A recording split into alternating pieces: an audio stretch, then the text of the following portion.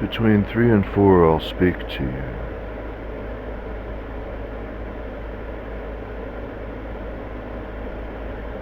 He doesn't know what the tone is.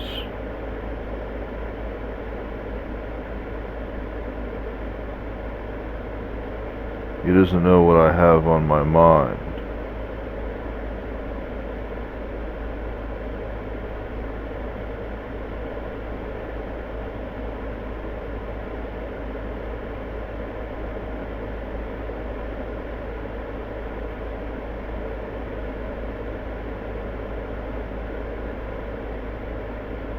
We is never going to.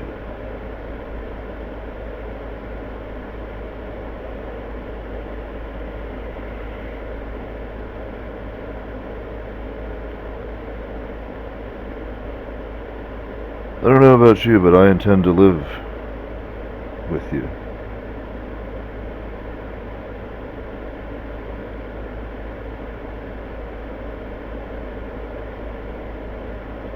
However,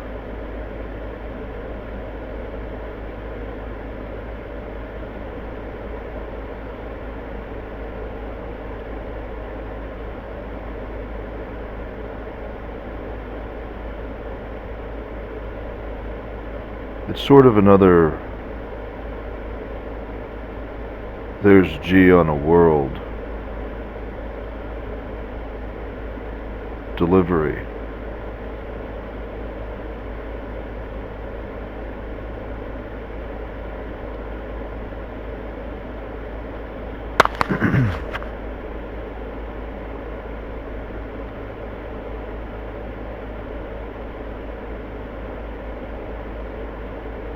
I'd have spent a very, very, very long time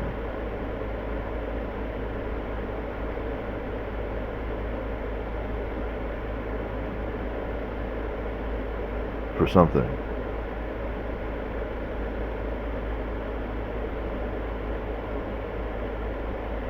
And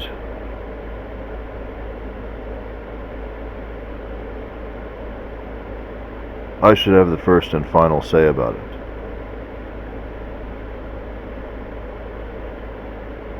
And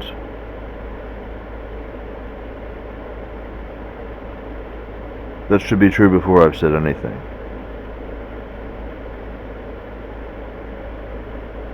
And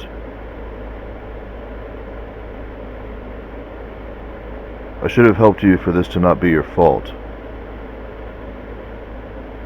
And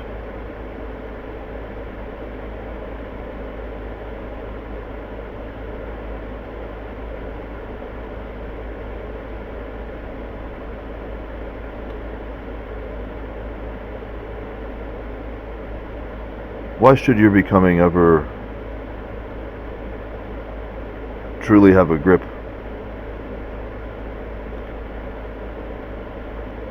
above these things I know?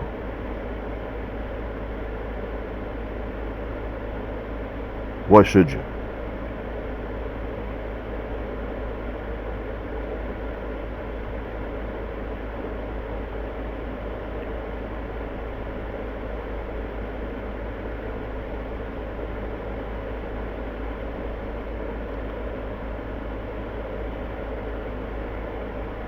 G's on a world.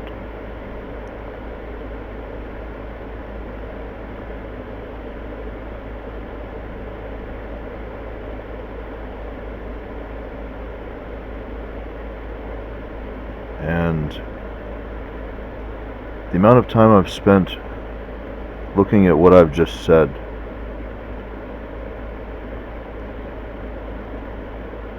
is vastly different than the amount of things I should have to say that matter to our life together between 3 and 4.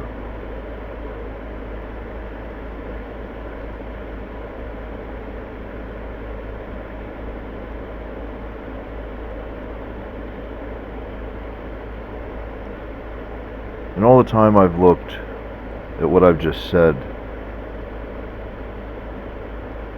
well, I had more time to think about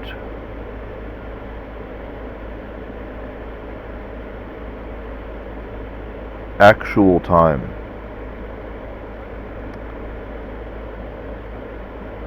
And I spent on the concern, then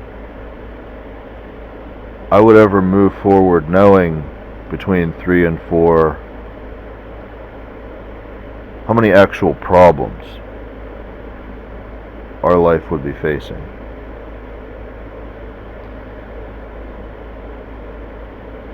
And so I concluded many things. I didn't conclude many things. I likely didn't do anything to contradict anything I've said thus far.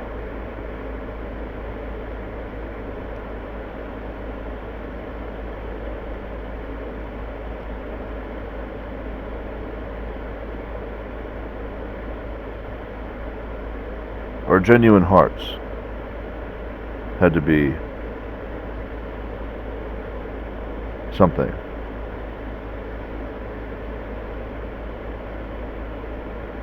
Our life, our knowings, our eyes, they all had to be something.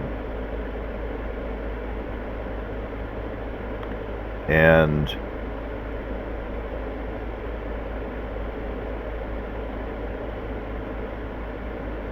fairly soft. It's maybe a idea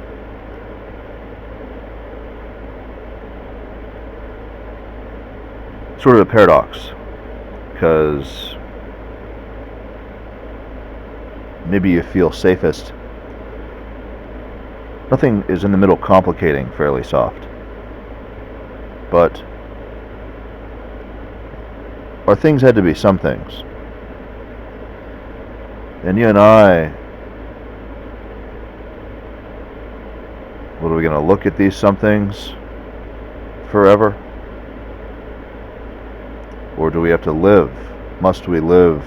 Must we find something together between 3 and 4?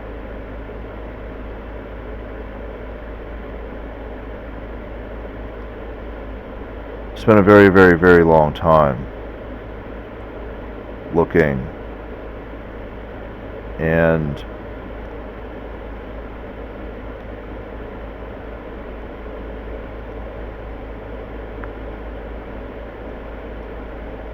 between 3 and 4, maybe I'd simply come to say nice things to you. Maybe I'd simply wonder how much I feel that I need you, how much I feel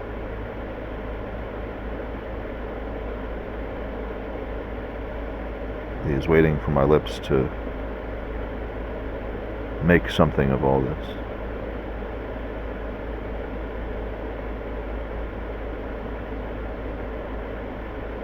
And maybe between 3 and 4 I'd come and speak of things that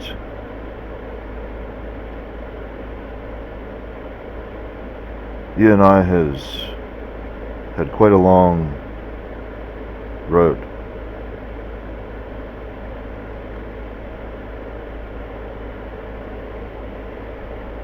How heavy and mighty, soft, special our heads, our hands.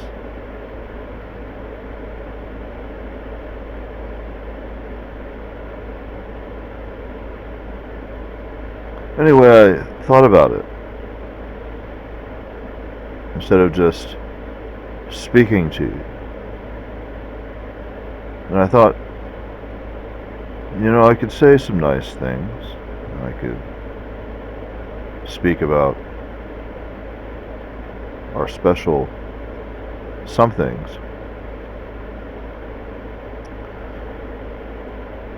But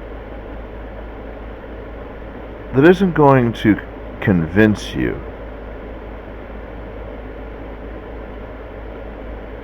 just how much I had to prepare for our somethings to be something. You know, I could speak to you between 3 and 4.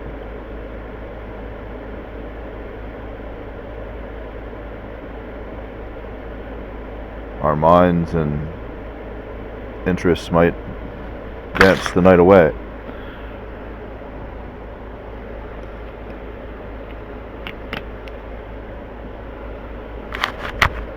But I feel it's much more important that when I speak to you here,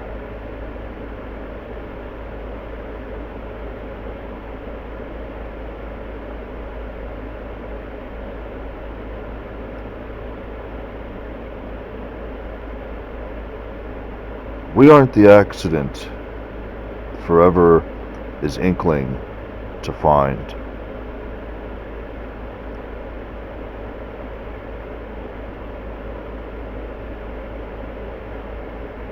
Is in a sense a proof.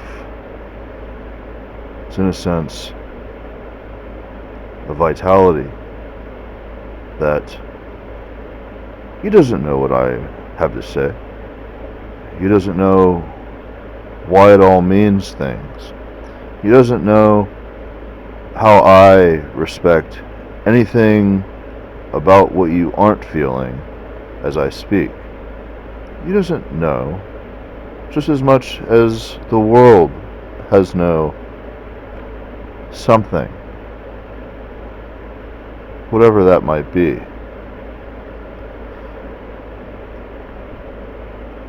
Look at what I have said. The potential for something to reach out a hand and feel the world.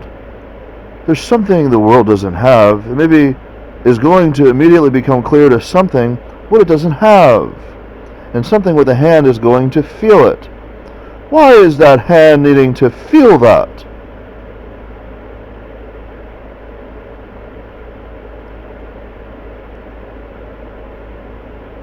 I spent a very long time looking.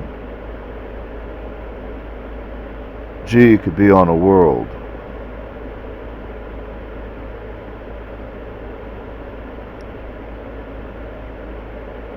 And any given day, that mind of G doesn't need to be crippled by nice, lengthy adages coming just because of a whim.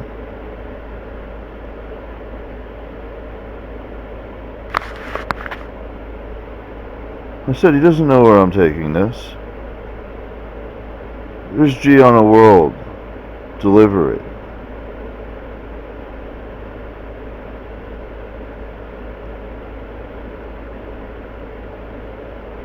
It might be excellent if I was saying nice things.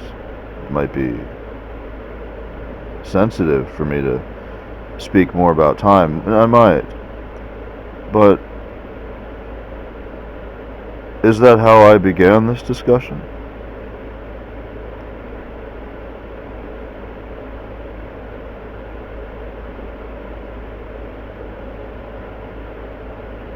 It doesn't need to be the accident that forever is inkling to find.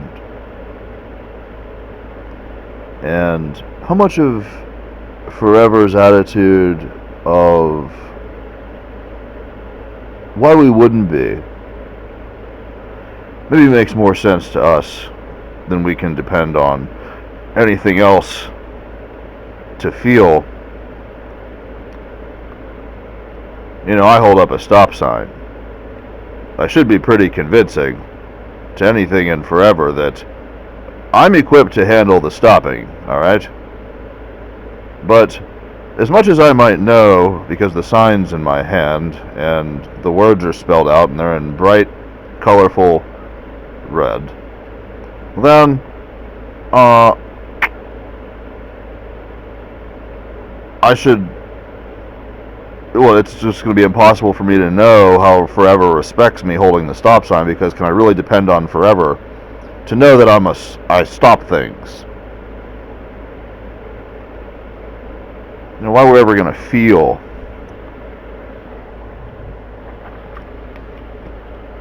these heads we hold. You know, I speak to you between 3 and 4 about your special hands and head, and the feelings we have about our accidental non-existence is a very different reality than maybe anybody that ever comes to appreciate ourselves in things as simple as stopping, things as simple as depending, things as simple as forever, things as simple as looking for a long time.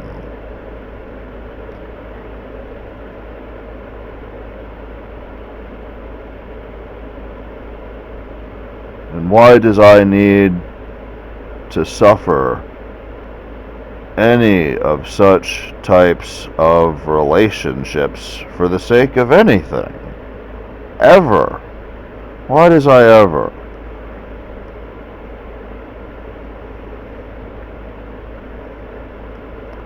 And there's a deposit of why would I ever? There's a deposit of intrigue. You know, my first and last, before I even begin the discussion, all these things that we're supposedly being, and why would I ever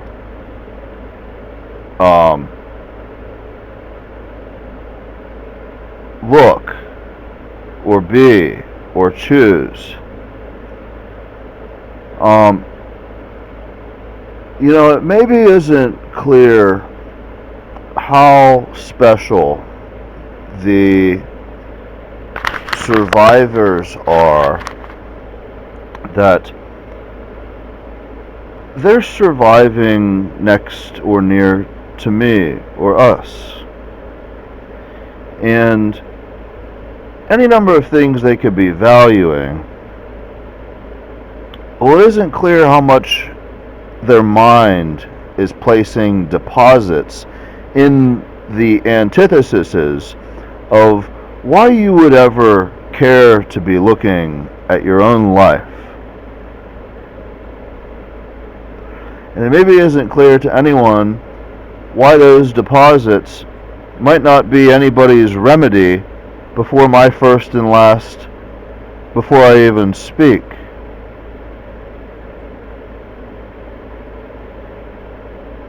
And what types of investments might become clear in proportion to a mind that rests so near to nice, lengthy perspective utility that, you know,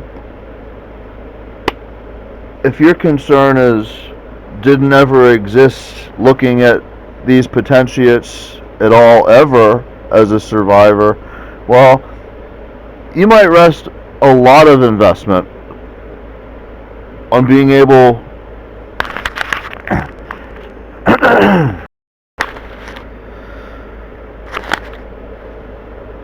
so those variables could be weighed against anybody's conscious investment. So there'd have to be reasons why they would ever be invested that way. And so maybe get a devotion of potentiate in proportion to isn't taking your life away, and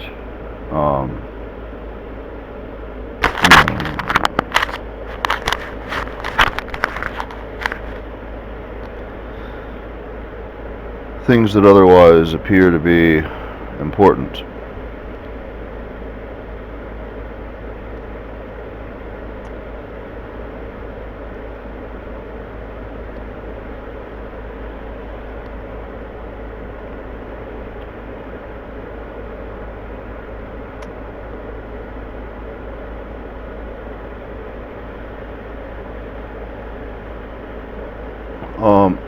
For instance, in the ages of recollectivity, your life is hanging in a balance. I know we could close the door, but why would you ever hear it?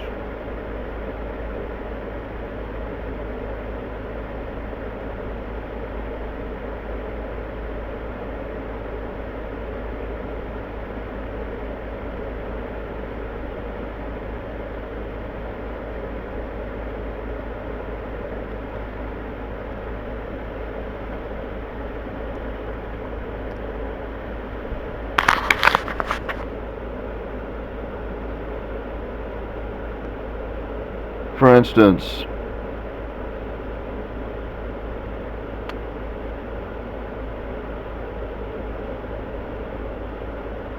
all the armies that contribute to fucking that up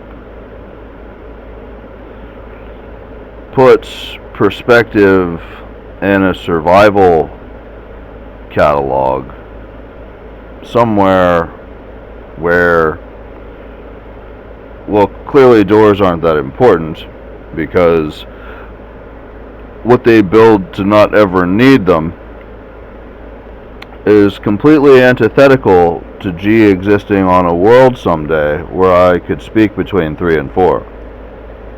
It's completely antithetical.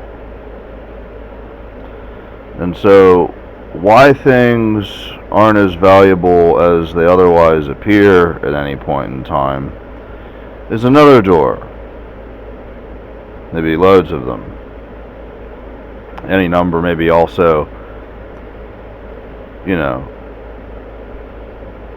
all the argument that ever comes toward my first and last opinion before I even say anything. Well, a door like that clearly might pose a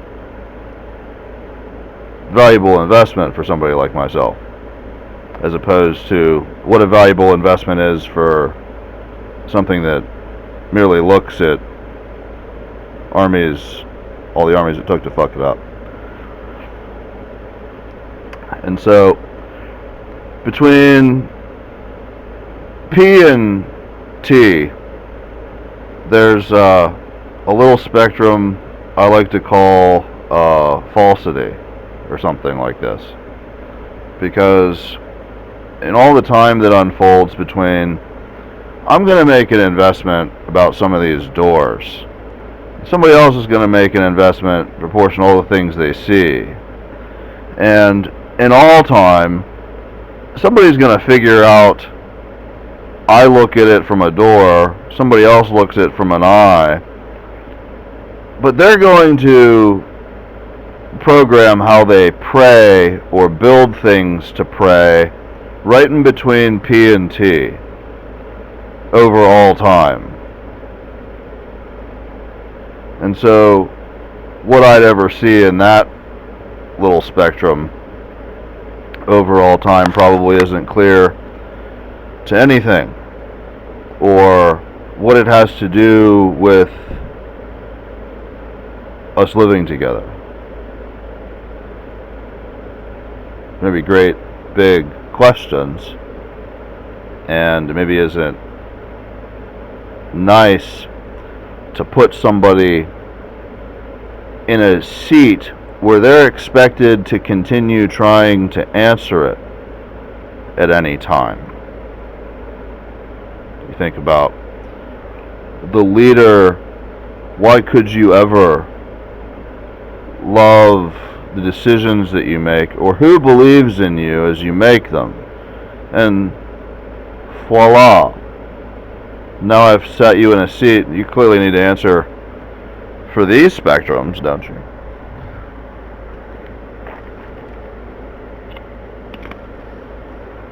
But whatever happened to devotion? You know, I don't know how many times you've ever been stuck in a seat and found a statement like that about a focus as such that has made you wonder or question your devotion, or question your beliefs, or question your what you honor or how you feel about time.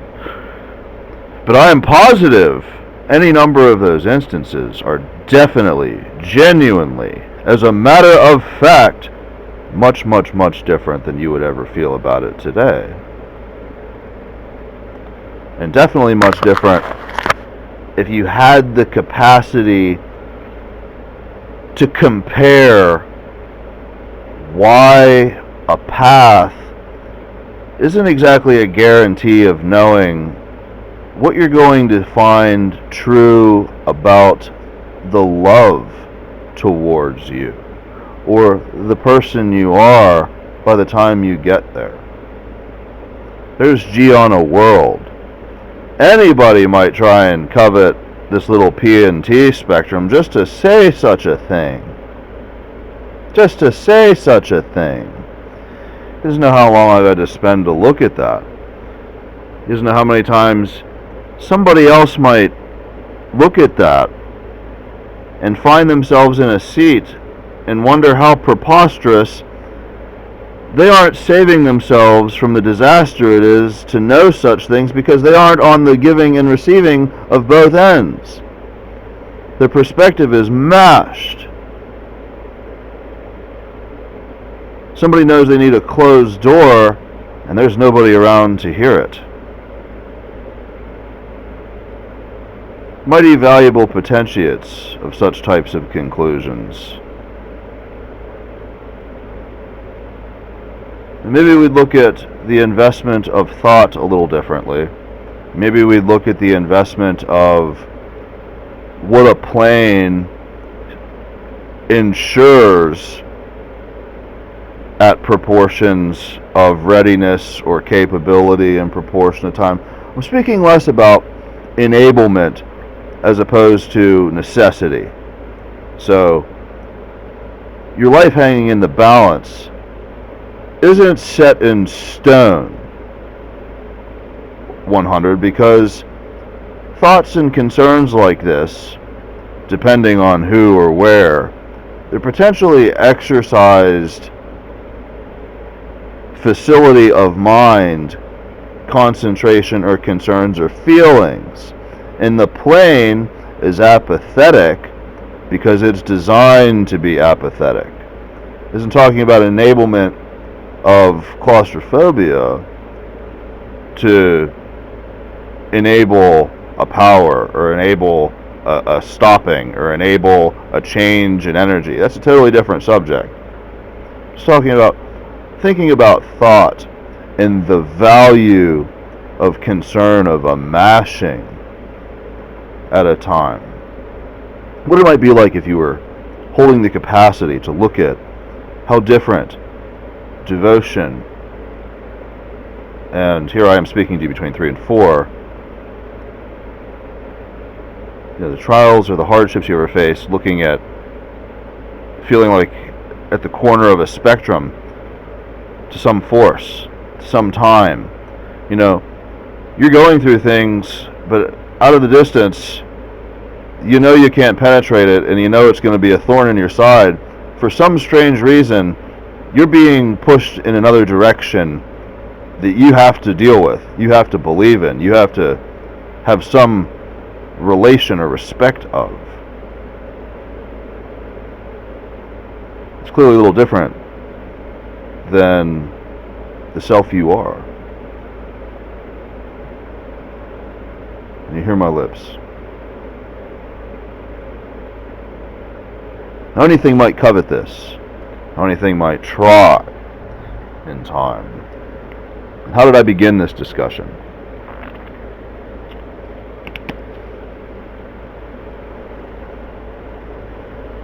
Nobody knows what it really costs to survive all the spectrums that may ever or might ever or could ever try approaching the impossibilities that have ever been created, because I just need to speak with you. I just need to tell you how I think or feel, or how you could see, or what we have. Maybe nobody knows how to value these things, and yet we look at ourselves, our age, our strength, our presency, our importance, our significance, our assumptions about how forever looks at us and things. Any number of things, any number of words, any number of avenues of ways you might look and think or feel. Maybe they'd come to frame, maybe it would be important. Maybe it would resonate with you more clearly than other things, whatever the words might be.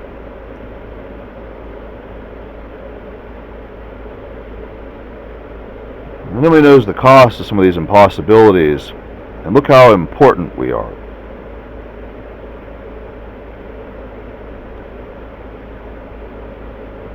You know, I could be talking about, more impossibility and more incredibly weighted potentiate, more incredibly vital concentrations. Here's G on a planet, here's time, here's this. Maybe I should, but we doesn't exactly know or probably even respect the impossibility that, any number of times I've looked at just being able to speak to you.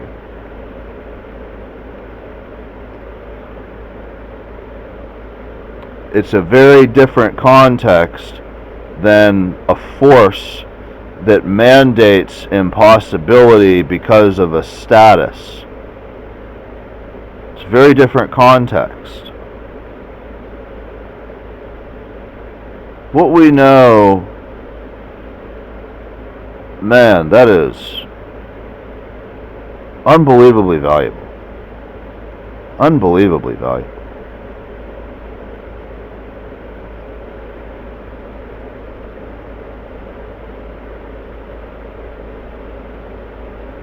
A statement like that does what in your chair? P's and T's.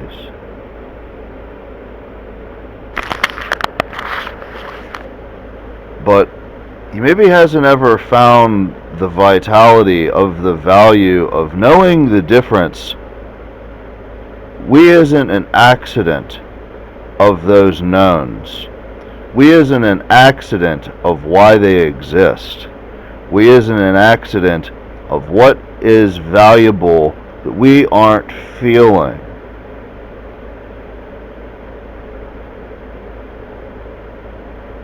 How vital it is there aren't any doors to see it as we live it. And you maybe already know how thorny the idea is to a force, to what it remains in a memory as. I was this, I was that, I was here, I was there, I was this way or that way. And how much nonchalant trivia isn't valued by things that set in stone at any point in time.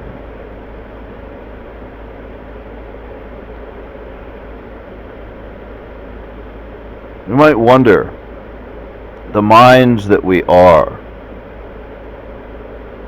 and what our strength is to feel where we are,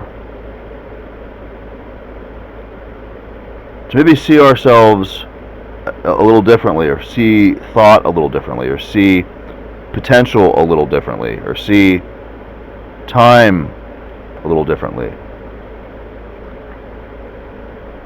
And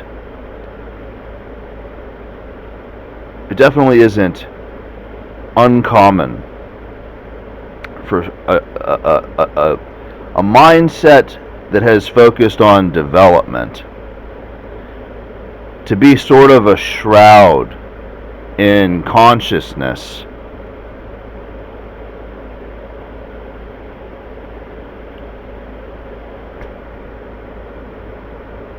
And how many times is somebody fixated on developing a mind? How accessible is that experience antiquatedly?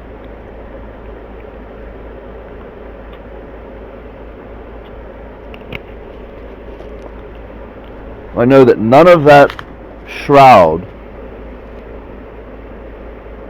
loves you thinking about these questions as a hierarchy.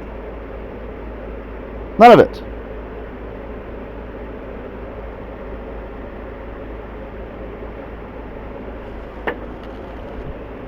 What happens when it becomes clear information only gets you so far? Who really holds these things first?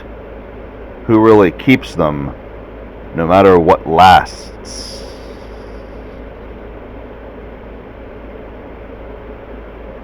What type of purity can time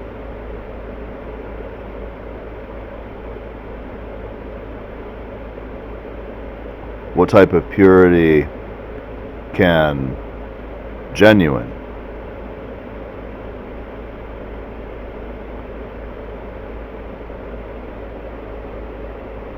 What type of obstacles appear where these questions could resonate? What type of reasons has anything ever given for being a part of it?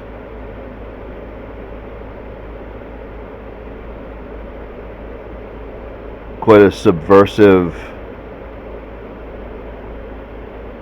forever plane of concentrate. You know, I might equip a radar with some of these finding peculiarity sensation concerns and know the arm isn't beheading who is loving together.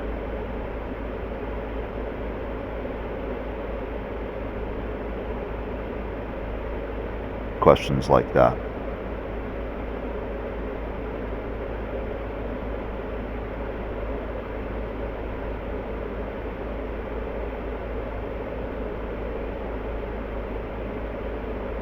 Superficial avenues of value and forecast and re-engineering beliefs of possibility, as opposed to why those relationships are never going to hold a torch to things our respective impossible being short felt where we are alive and when. Inability to hold a candle to these things.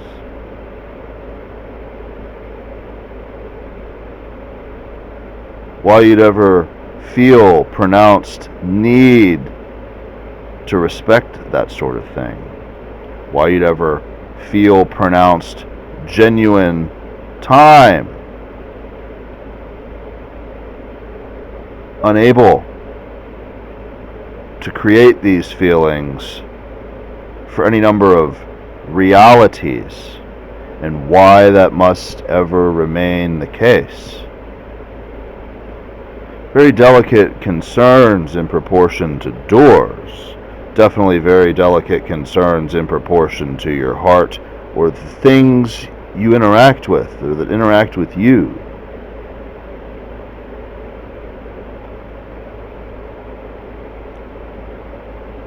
Invisible variables all around any of these concepts forever. Who is ever going to believe why any of it matters? Who is ever going to believe why any of it? The learning that has amassed all the reasoning hasn't ever looked at G on a world, hasn't ever thought about the potentials. What is all this learning amassing to? This clairvoyance of assurances that just aren't breathing according to me, and clearly maybe according to yourself if you could ever knew it.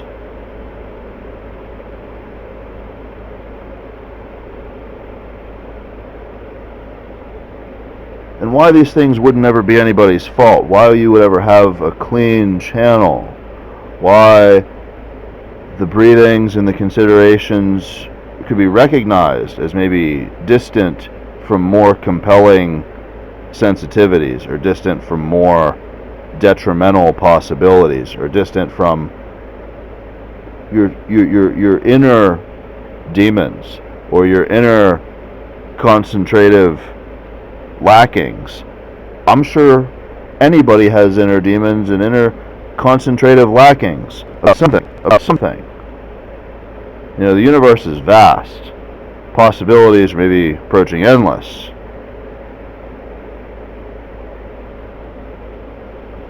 But what a thing. Who would be there to remember? You and I thought about our inner demons at such a time when we would be the last people to ever need to be valued for having demons on our survival plane, but who would ever be there to qualitate what was just said?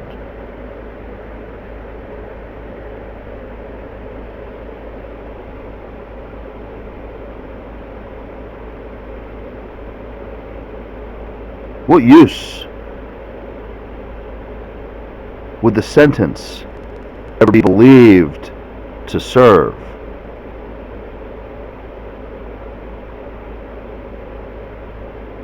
You might look at obtrusity a little different. Hear this delivery. He doesn't know how many angles of obtrusity have ever been considered for the time, with or without my eyes or direct supervision as anybody that would have a first or final say of something. How might survival ever overlook that point in proportion to all time? And whose fault would ever it be falling amidst? Probably without any genuine feeling of the fault being placed. How stupid. How stupid. But obtrusity, any number of angles of obtrusity. G's going to be on a world, and I'm going to be there between 3 and 4 speaking. Quite a lot of obtrusity. Anyway, you might look at obtrusity a little differently.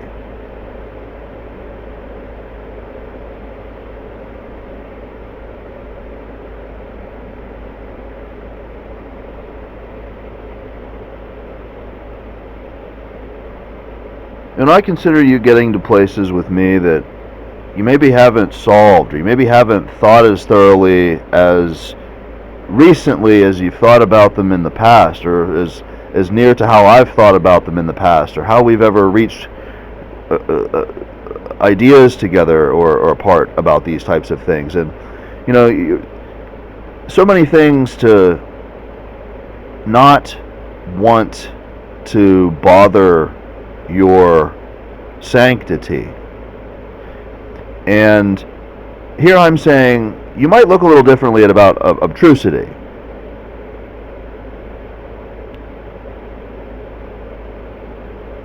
You need a reality that is framed for a value of obtrusity that isn't steering you into a sanctum of dependability consideration for unknowns at all.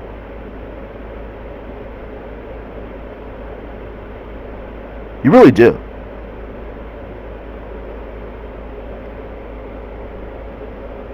And, well, I really couldn't have you or I trusting just about anything to make sure that type of concern was somehow a thorough, reliable shouldn't. I don't know how you or I would trust either one of ourselves to see that through to being thorough. And in such a reality, obtrusity is a key player of fact of such potentiates. Obtrusity is the type of thing, maybe doesn't need to be on scene to sense where obtrusity is a variable, and how convenient that might ever be to places where shouldn't is or isn't as soft or as reliable as it could have been or might have been or was potentially soft or reliable enough. Obtrusity is kind of a big deal. But where is the love of obtrusity? And how many minds do you already know aren't driving the clairvoyance for any number of valuables, for any number of beliefs, for any number of doors, for any number of lookings, and any number maybe have some sense how obtrusive value is vast and heavy and big.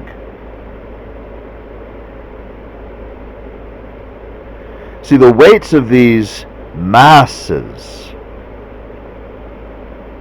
they're invisible weights, as I love you between 3 and 4. Maybe no way for any of the mass to love it seen this way. You know, how crude a concept merely exists as is much different than the survival value or the awareness value or the living value that any mass maybe embodies. You know, there's fine lines between knowing and relativity and sensing and knowing and deciding or being G on a world. There's fine lines between these things and what it meant, what came because of it, what was provided or allowed or enabled or enshrined, or this, that, or the other thing. They're all very different contexts of time, clearly. But how often somebody visits, like, it isn't common that obtrusity is like a soft survival hardship of concern in a love that is beyond for any number of things, where there might even be obtrusity between the greatest people to be protected by impossibility, maybe still unclear about what they're even yet to do as time is unfolding, but they're still going to have time for obtrusity. You might look at obtrusity a little differently.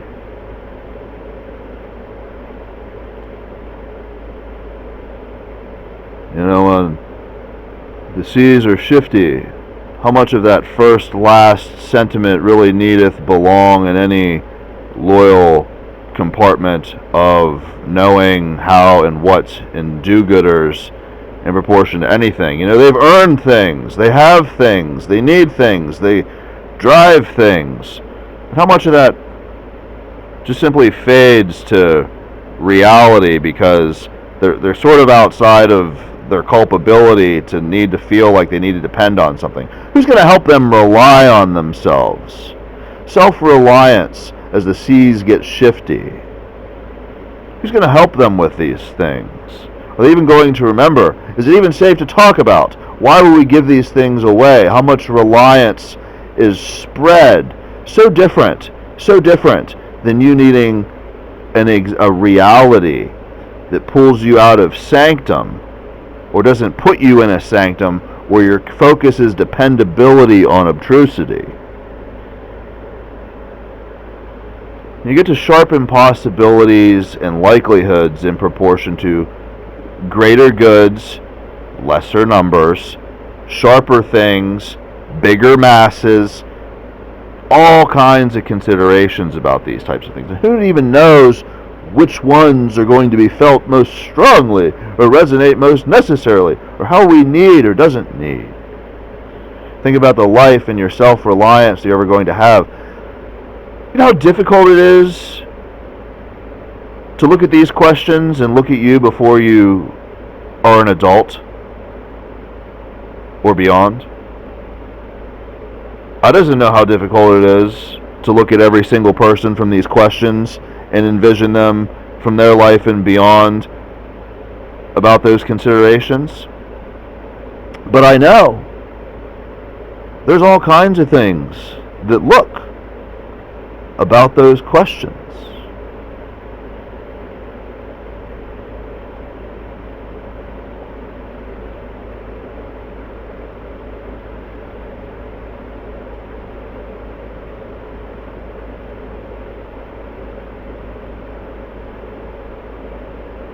And what a thing to feel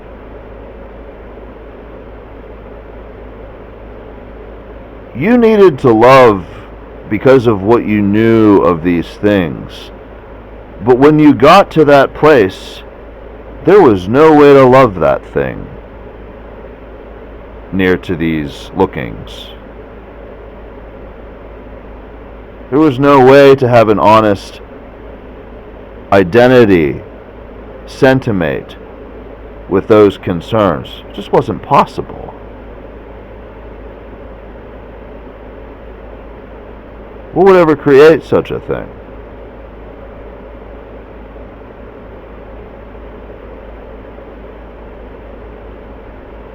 And who needs to die because it's ever remembered?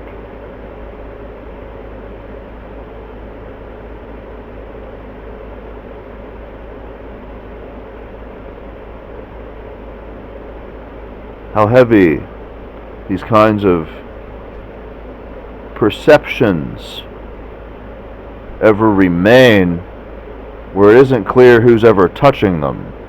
It isn't clear who's ever found a reason, who's ever needed, resuscitated.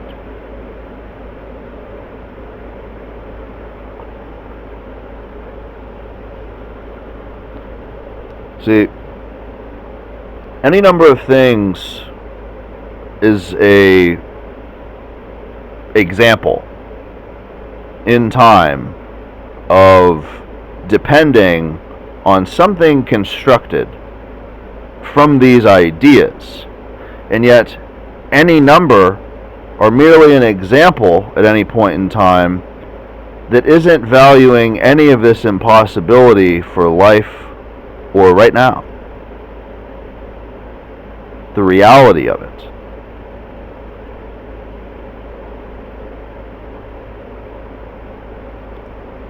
And dimensionally, who could even claim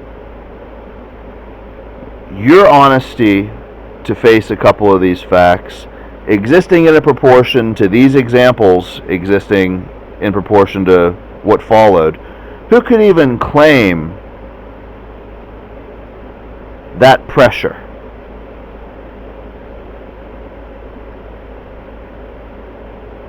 Or is it sort of far-fetched? Is it sort of rambunctious?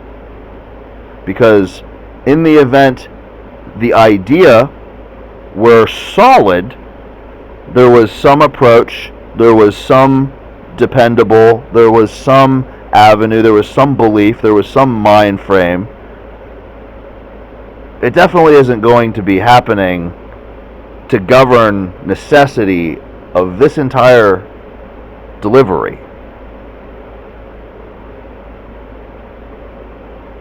And any ethical reality conjoined to that knowing, as far as mitigating and dwindling and holding and keeping and ensuring,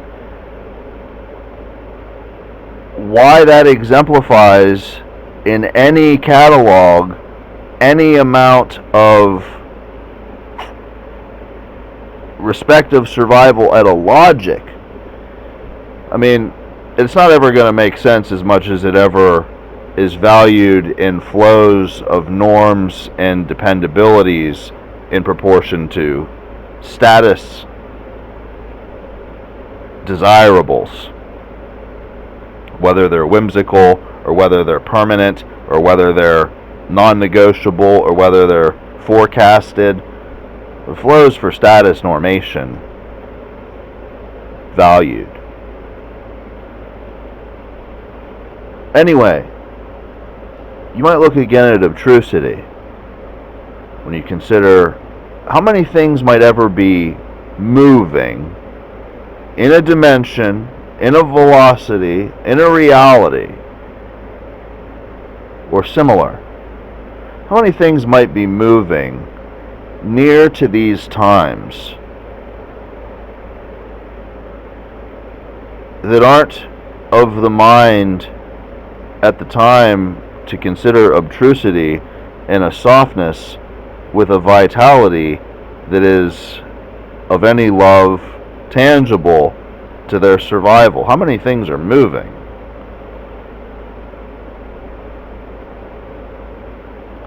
So I might look at that a lot, because I know a lot of other people are going to try and look at that a lot also.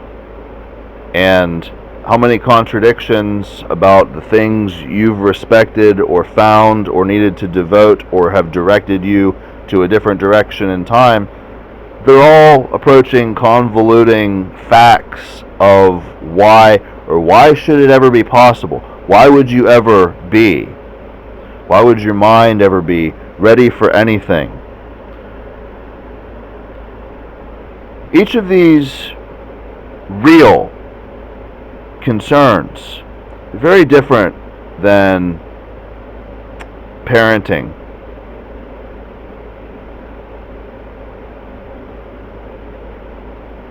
Seclusive methodologies of any estranged devotion, any estranged need, any estranged love. Very, very, very different.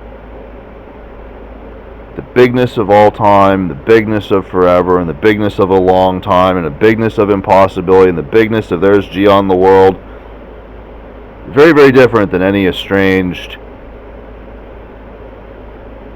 mind, set, time, privilege, excursion. Very, very different than parenting.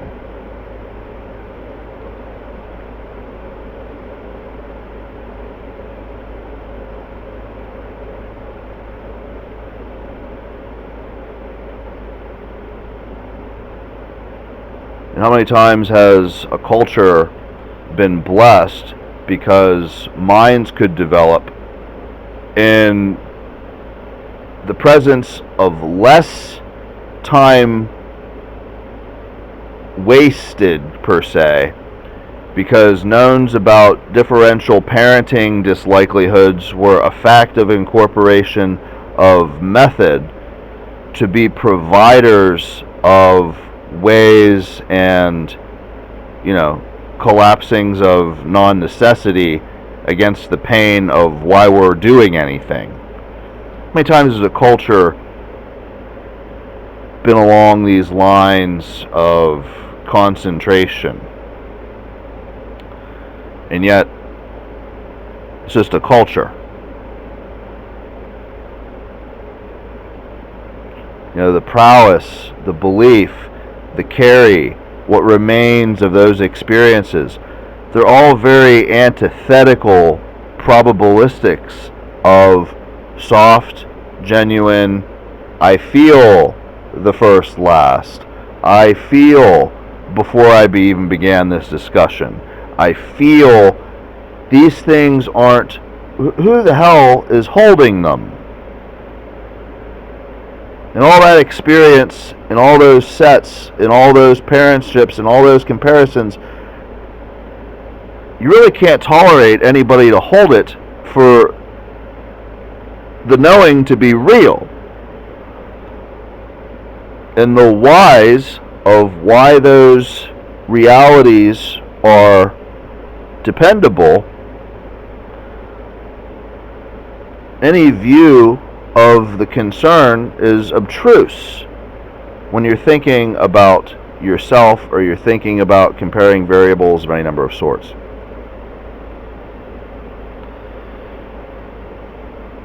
You know, your life succumbs to very simple dimensions, very simple operating vantages, or it doesn't.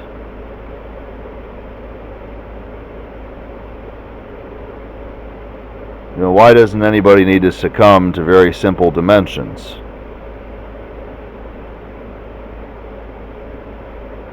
It isn't real clear how many forces that have supported survival or cared about survival or how they see themselves in proportion to survival. It probably isn't clear how they feel about that question, even if they were taken away from any number of capacities. You know, wouldn't it be nicer if it were somehow possible to weed out tendencies to need to simplify dimensions for others to succumb to because of prerogative that is lesser than first and last realities? Wouldn't it be nice if it were somehow possible to bring them on the journey, lest their preconceived convictions of whatever you know, banking ordeal possibility might otherwise lead them to try and govern or try and thwart or try and erase or try and become? What kind of realities happen because of a possibility like that? You know, so where antithesis and perversion and obscurity and obtrusity and estrangeness and forever and impossible and G's on a world, you know, I look at that and I say, you know, it probably isn't going to be clear all the things that are happening at such a time, and it probably isn't going to be clear what I've tried to make possible or have made possible or have definitely ensured would be a possibility, whether it was exercised or came to fruition or not. I've looked at these things, but it's not like I can't sit here and say that I needed to do that for between 3 and 4 to be possible.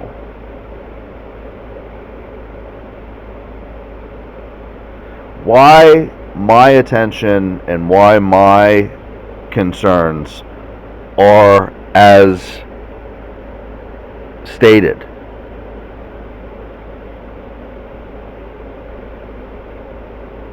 How heavy is that door in reality?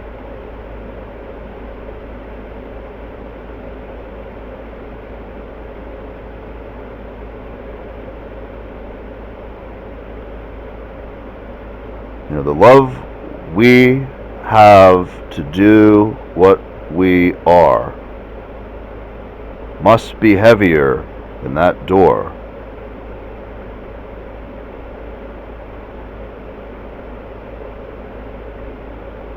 Are, as I have stated, my decisions.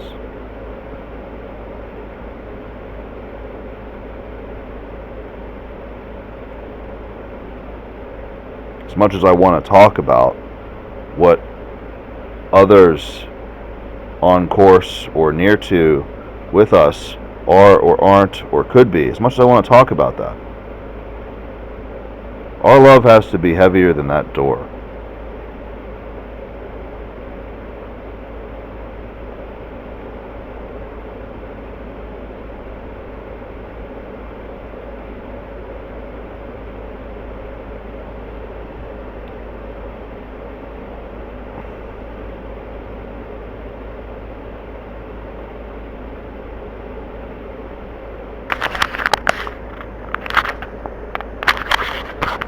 And You know, of all the times I've looked at you and all the things you could ever be, and my hopes and dreams and creative explorations, that's what I'd have to face. Am I ever going to be able to bring you along on my adventures to rid the universe of impossible where it otherwise could be possibility? Am I going to be able to bring you on my adventures to care about why things aren't broken in exchanges and how these things ever are relationships? And, you know, where do these memories come from?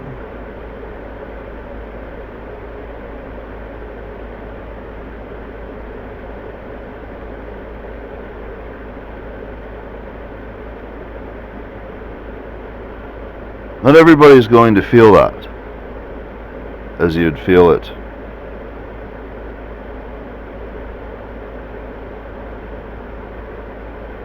And the times I've looked at you and thought about, you know, everybody needs things. And people like us, sometimes there's things we need, but it isn't becoming clear that it's the right reality to let. And that's what I have to face. Are you ever going to be able to be on that adventure with me? In any way, in any light? Are we ever going to be connecting in time to the things that we've learned or carried? Where do these memories come from?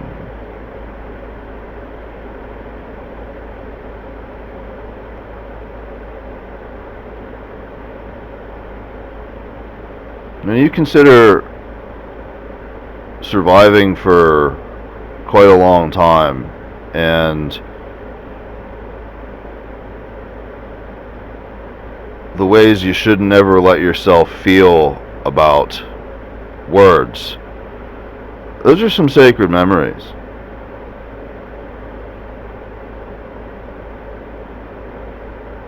Those are some sacred memories.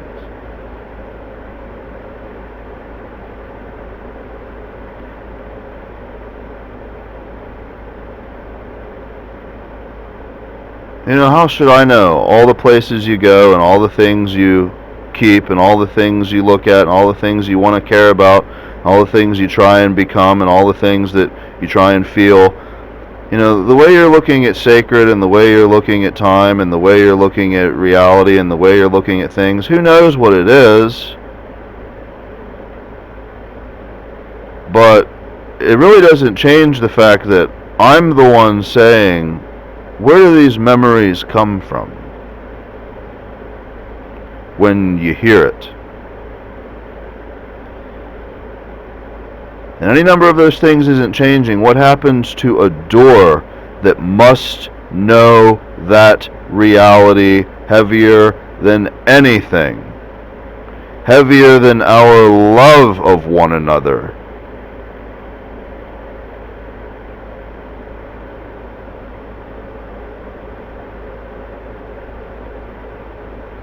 Clearly couldn't be anything but most near to impossible for anything to ever feel that door.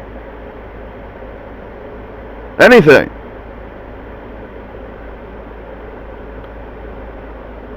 We'd have to create that door to never feel it. Just so you could hear me ask you where those memories come from. I'm not even kidding.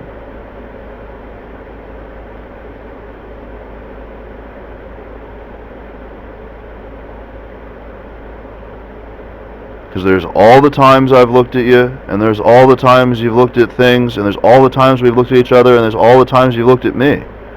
These are all different things.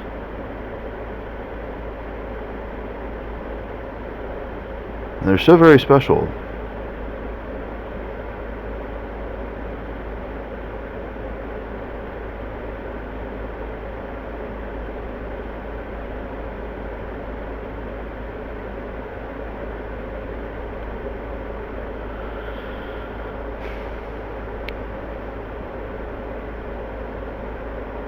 And I look at this. I look at what I've said to you.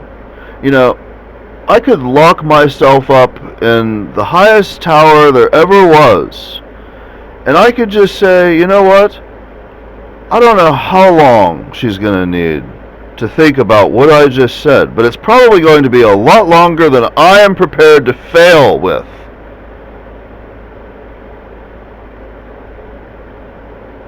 Because why is she going to feel any of these things?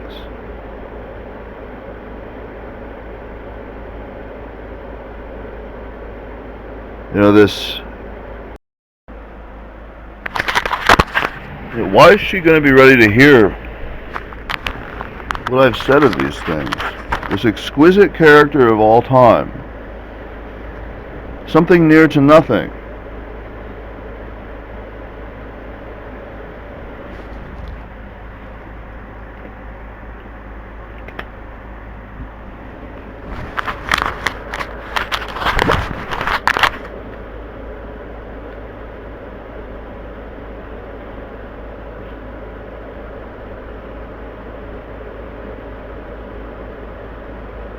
And just look at it.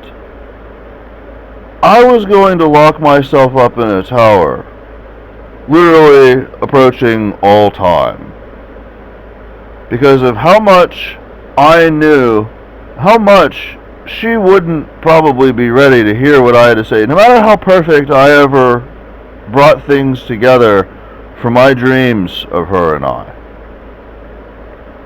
And now I'll just sit there in my sarcophagi,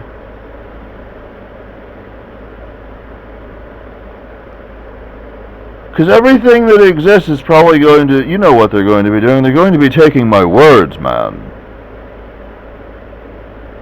They're going to be using all their worries and frustrations that they've ever amassed in their banks as near to where I would ever need her as they possibly could.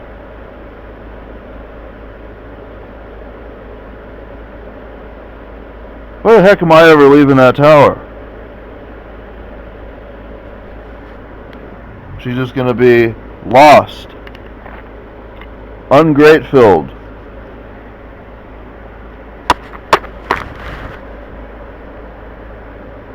Meanwhile, the world falling into some sort of chaos because there isn't one survivor with a G at the beginning of their name that knows why we even have these memories, or why they even come from. And so me in that tower, you know what we're going to do? We're going to end stuff. We're going to say 52% of the population's inhabitants have no interest in surviving alongside the population. So we're going to have to end stuff. And look how many things I've had to invite to ending stuff. All in proportion to they aren't ever going to respect the door, or the memory, or the time, or the creation.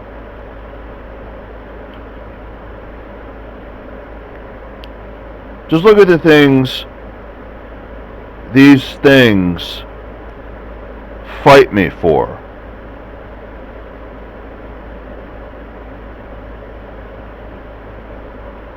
All I want is somebody with me on my adventure, man. But a world left to its own devices, well, it isn't going to be possible in God's eyes.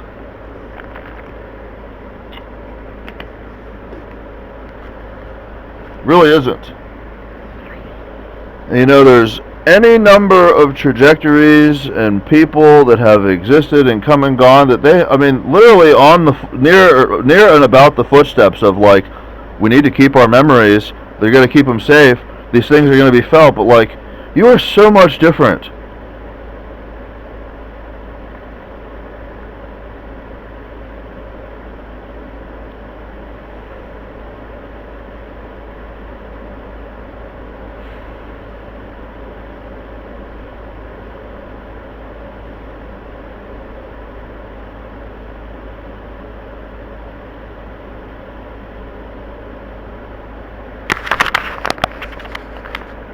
What am I to do? What am I to do? What am I to do? I'll tell you what I'm going to do.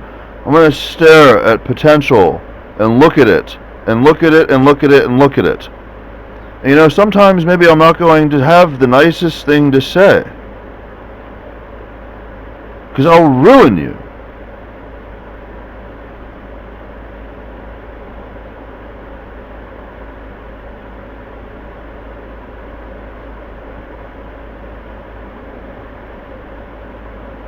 And other times I hope to have the lightest, loveliest, nicest things you've ever heard to say.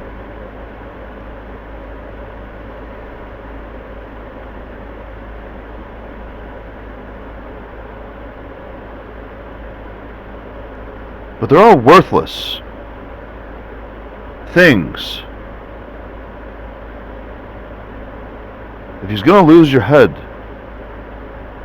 to hear them.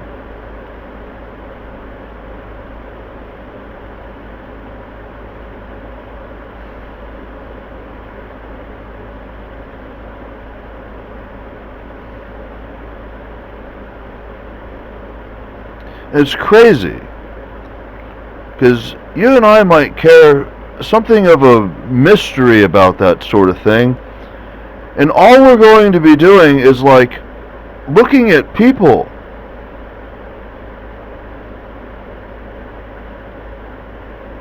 If you can imagine it. Like, everybody needs a reason to like fall in line, but like these aren't the reasons. Everybody needs a reason to like back away from a fight, but like these aren't the reasons.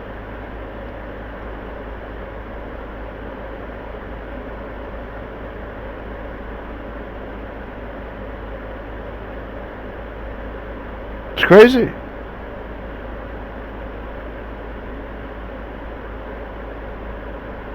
You know, somewhere somebody's got to have the skills to recognize, you know, these aren't deliveries that are worth their energies to aspire to care about in any number of lights or ways. They're not accomplishing something.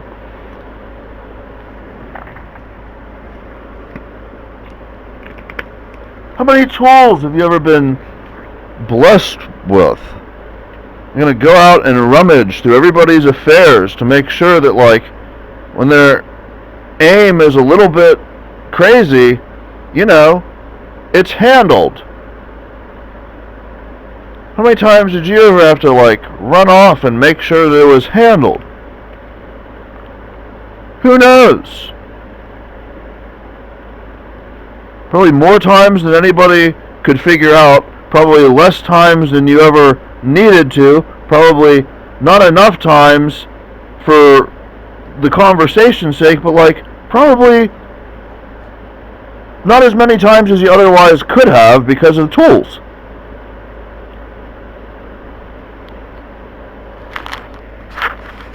You know, you might look at obscurity a little different when you think about how many relationships of crazy happen in proportion to love that might be defined near to necessity, in proportion to the amount of tools that they're ever given.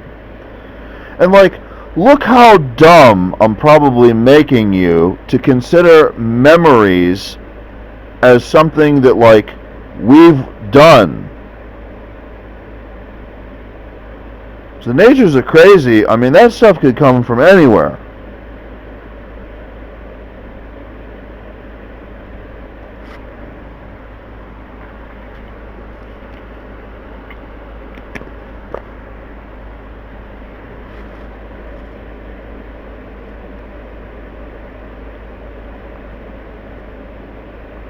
And like, you'd equip family to care somehow like along these concerns with language that, you know, they could communicate about it.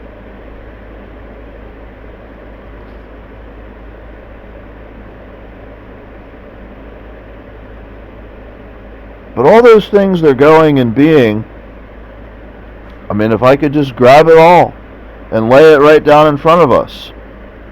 How much of the weight of this delivery or the discussion or the conversation are they really, really carrying? How much of that weight are they carrying? And whenever it's figured out that maybe it's approaching a very small fraction of the necessity or the livelihood or the necessity or the dependability or the tomorrow or the forever, how much of it they're like rationally carrying with their heart and soul and mind at a time, how much of it, however small a fraction it is, what good is it for them to ever feel it? What good is it for them to ever realize, I don't care if they ever feel it, I didn't plan to need to care because of how many places they're going and things that they're being. I didn't wrap them up in the heaviest love, in the heaviest weights. I didn't wrap them up in these ways. I asked other things of them. I asked other devotions of them. They made sacrifices, I made sacrifices. I didn't invite everybody to ruin life. And how many times I've had to know that, whether you and I was going to be on an adventure or we wasn't.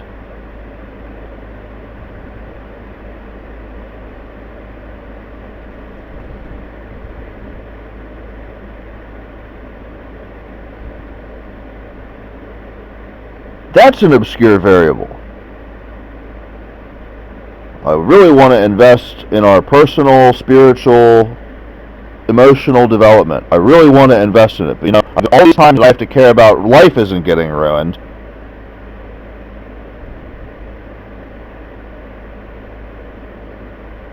You know, I really can't afford to venture very far in my wants or needs or dreams about it if I can't hold the survival plane.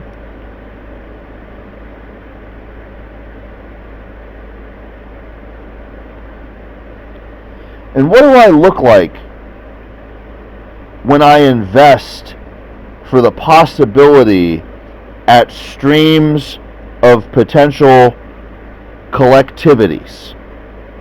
How much different does my skill to care, to investment, to necessity definition, how much do all these things change because the world's a rotating oyster that is always nearing to completions of reasons why my plane is holding together?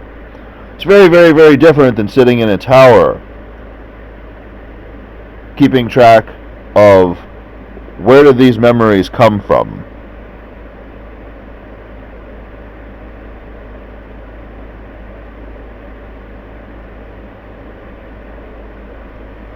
And the entire universe can't wait for your final judgment, or next to final judgment, ha ha ha, about what that looks like, how it should be compared, how it should be felt, what should be the meaning of either one of those ideas, what should be a heavier weight, huh? Which one needs to decease? Which one needs to no longer carrying opinions and attitudes and power, huh? Which one? Which one? Which one? Which one? Which one? Because you're clearly now in a position to decide these things, because when did you ever hope to be in a position to decide these things? And how obvious is it that somebody clearly wouldn't ever try to be making decisions about these things without ever looking at the variables of the circumstance of the living reality of it? What an evidence that would be for all time. People, what? What is that? Begging to fail while doing it alone? On record? What type of evidence would that be?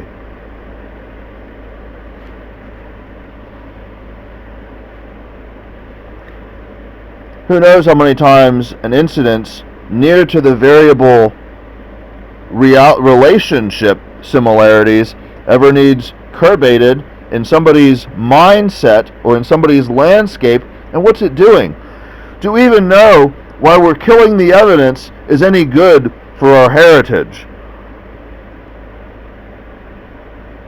Because you look at it, at any instant where there's effectual curbation of evidence for a purpose, for a necessity, you look at it, it probabilistically isn't approaching a sensual longevity, forever type of dependency for survival.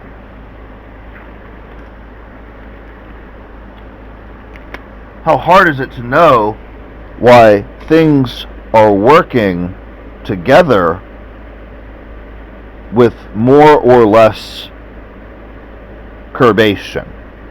You know, you really probably stand no chance to design memory deletion protocol before you've spent any amount of time at no liberty to control the scenario of how those questions are valued.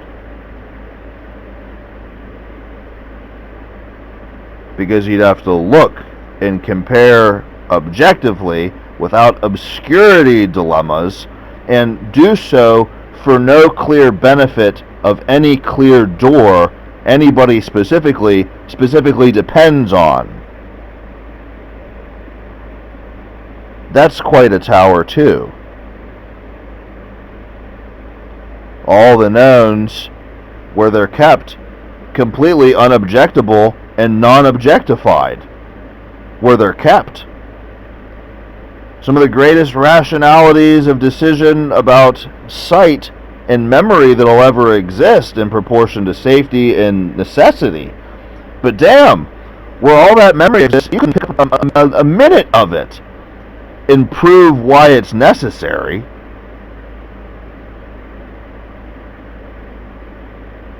We're going to look at the sum total of it and say it's an accomplishment. We can't even hold the survival plane. It's an accomplishment. You're not going to take that purview to your chair. No way.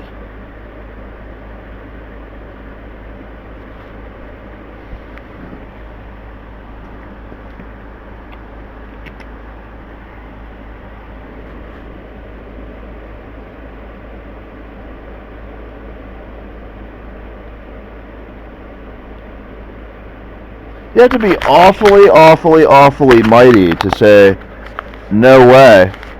These types of questions and these types of problems, I gotta be able to have your ear hear it. You need to hear me say it. You need to know how real it is. Because we're not ever letting go of how confounding these predicaments of truth are. Because in all reality, you could be anywhere. The likelihood that you're going to feel what I just said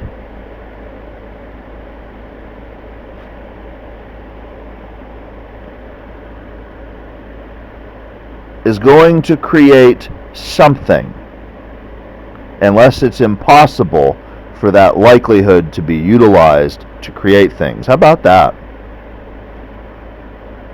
Someday you're going to look at me in all your glory, and I'm going to say, right above your head is this little impossibility. Not even you in all your creatorial dominion can snag it, because you can't afford it, because nobody can afford the evidence of it, and we doesn't ever need to fail that reality.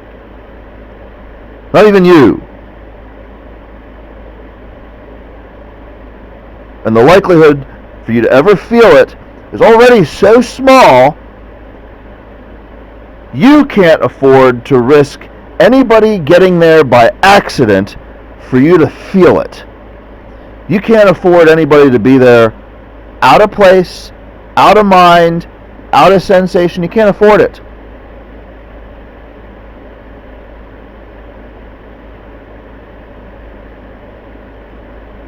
And that little impossibility, by all means, it's going to support my tower, and it's going to support all your time, and it's going to support maybe everything that ever needs truth.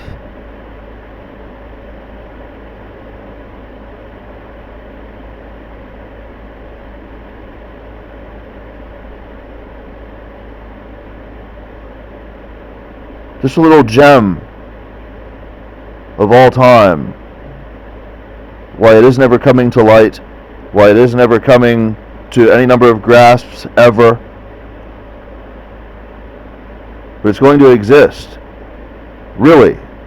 Just like that. And there's going to be infinite amount of things we aren't going to be wrong about. Infinite.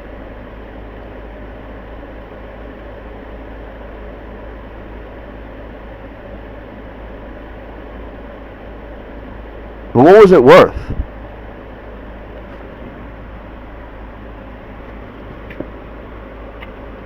Why do we have these memories of worth, of the infinite?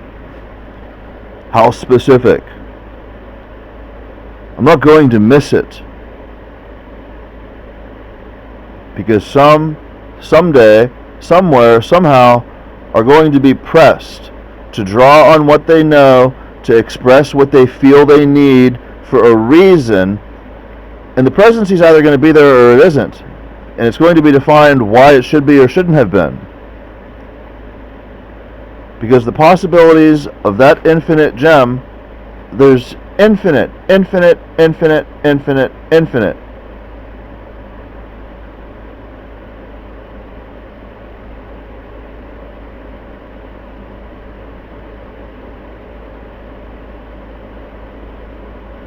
And what's clear is,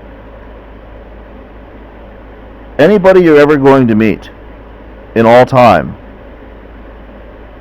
you aren't going to believe why they know about it. You aren't going to believe why they care about it. You aren't going to believe why it appears they have control of it.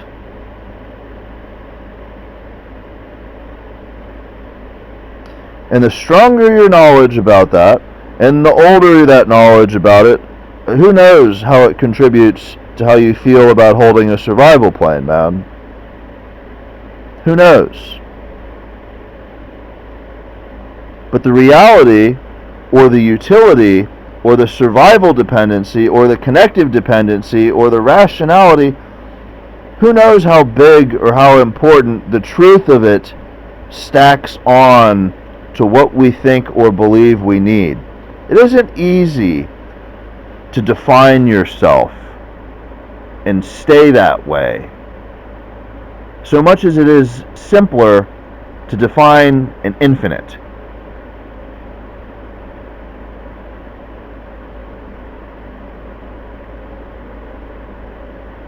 Because you're going to make decisions. And the strata of decisions that ever comes as a result, or in lieu of, or after the fact, in all time,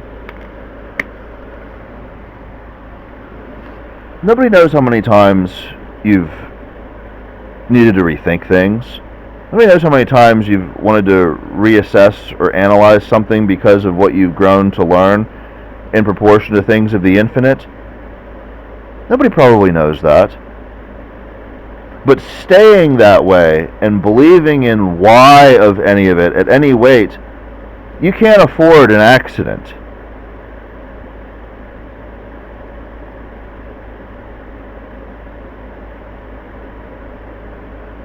And you certainly can't afford to be breaking apart at necessity.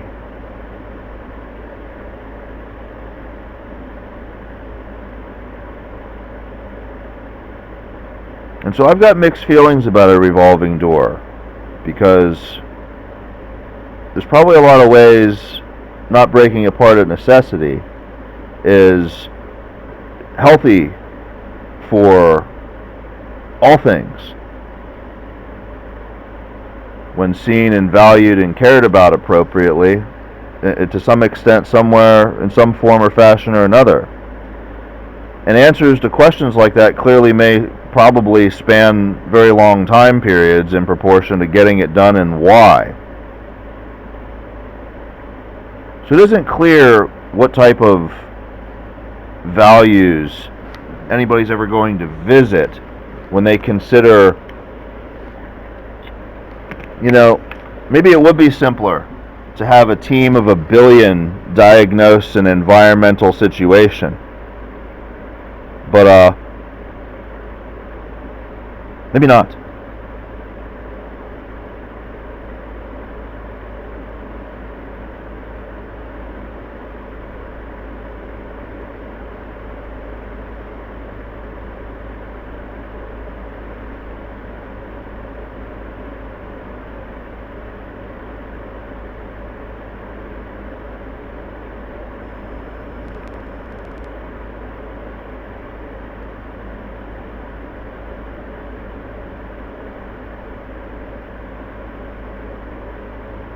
I'm talking about you living with the answers. Whether you can revisit them in the future or things need to happen before they're ever revisited.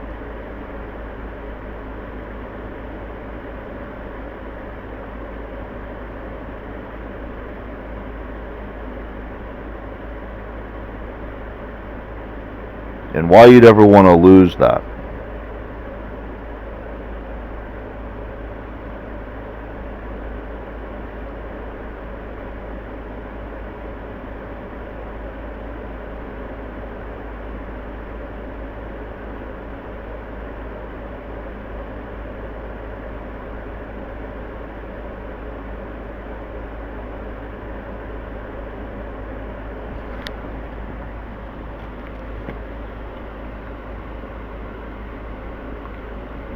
What makes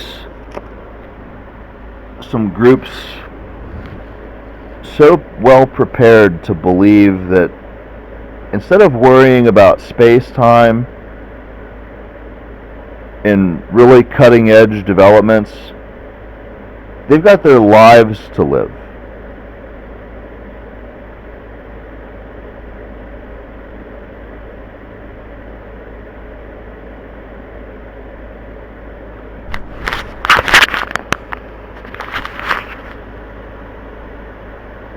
You might rethink looking at obscurity and how many types of forces might not ever see the value in what I just said, and it's heavier than all of them.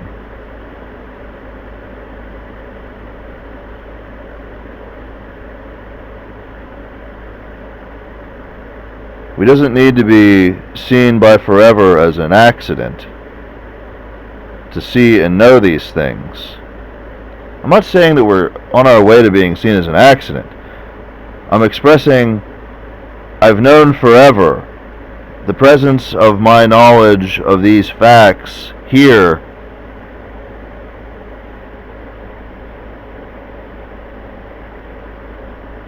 there's any number of things I've already decided.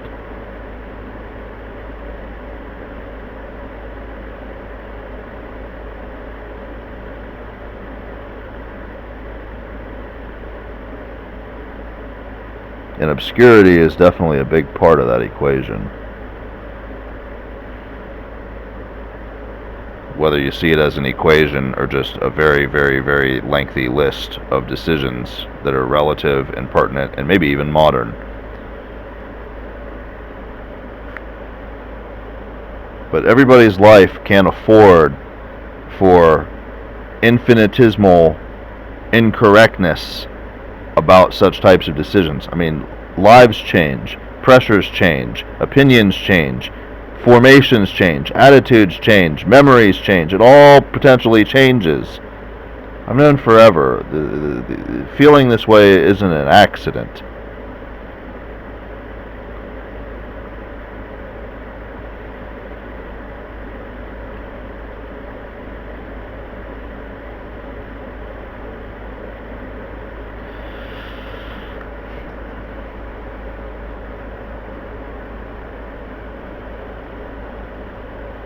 Nobody's going to like you and I talking together on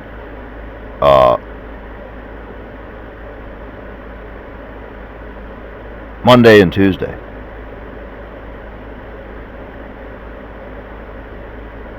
Really.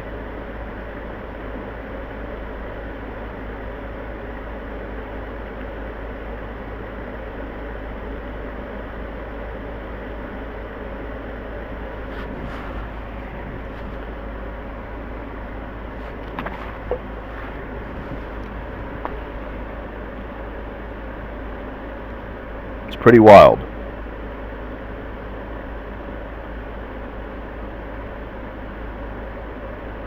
So there's a door. Nobody's probably ever going to be there to see or hear it.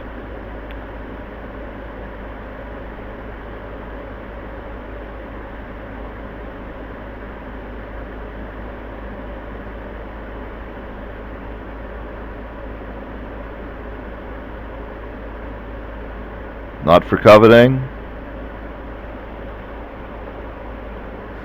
It said it itself.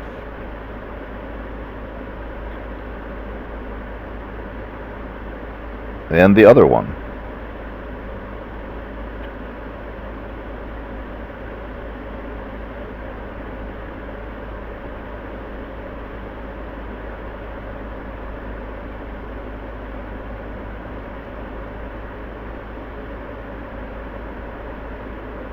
What do I like? I like that nobody possesses the dominion to say that the cycles of the calendar are more or less negligible because of where they exist, inside or outside.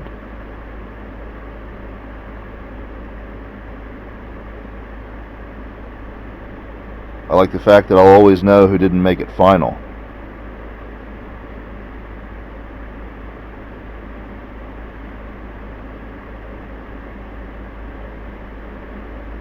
But nobody's on their way to wanting you and I to talk on Monday and Tuesday.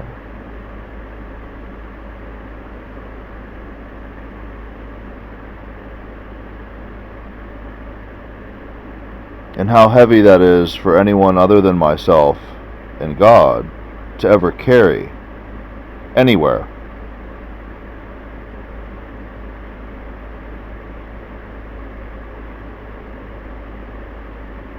Time to put their foot around it.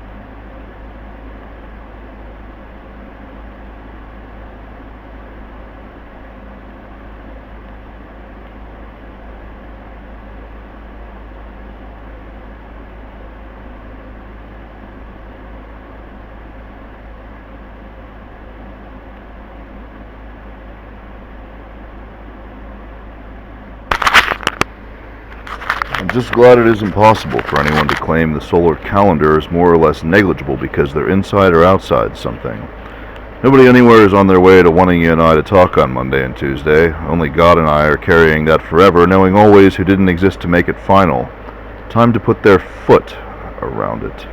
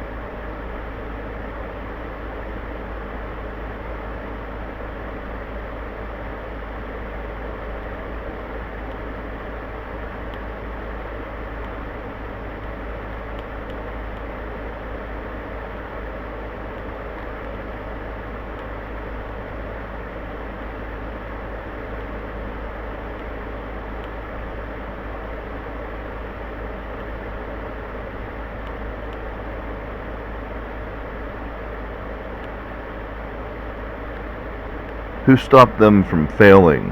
I can always love you, dear.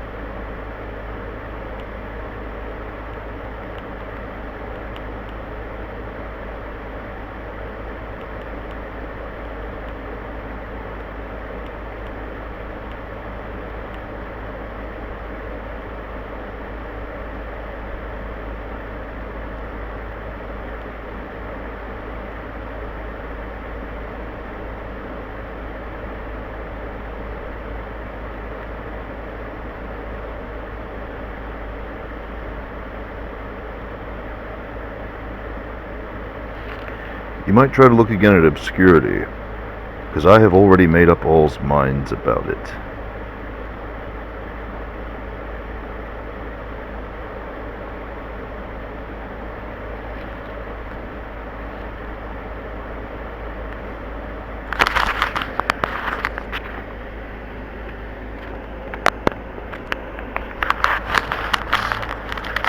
And I got out of there a little after 5.